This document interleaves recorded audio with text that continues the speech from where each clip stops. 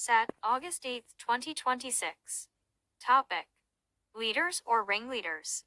Bible text is found in Micah 3 verse 1 to 12. Verse 1. And I said, Hear, I pray you, O heads of Jacob, and ye princes of the house of Israel, is it not for you to know judgment? Verse 2. Who hate the good and love the evil, who pluck off their skin from off them, and their flesh from off their bones. Verse 3. Who also eat the flesh of my people, and flay their skin from off them, and they break their bones, and chop them in pieces, as for the pot, and as flesh within the cauldron. Verse 4. Then shall they cry unto the Lord, but he will not hear them, he will even hide his face from them at that time, as they have behaved themselves ill in their doings. Verse 5. Thus saith the Lord concerning the prophets that make my people err, that bite with their teeth, and cry, Peace, and he that putteth not into their mouths, they even prepare war against him.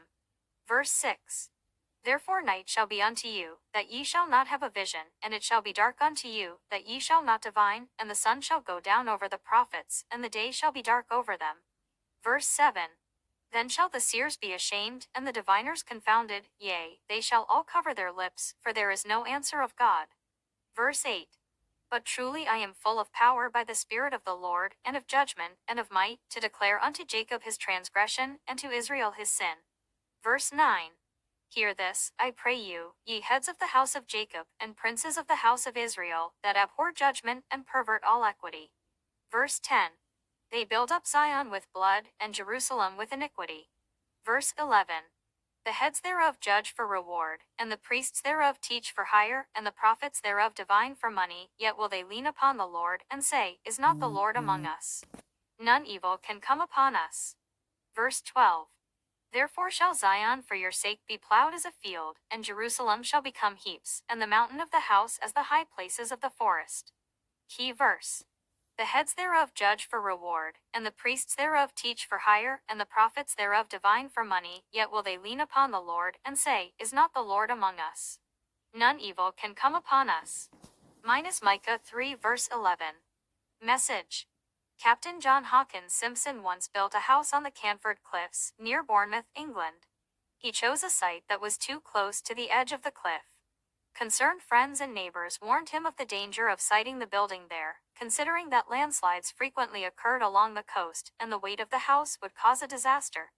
Mr. Simpson ignored the warnings and went ahead to erect a beautiful building there. He enjoyed it for a while. Then came the inevitable catastrophe he was warned about.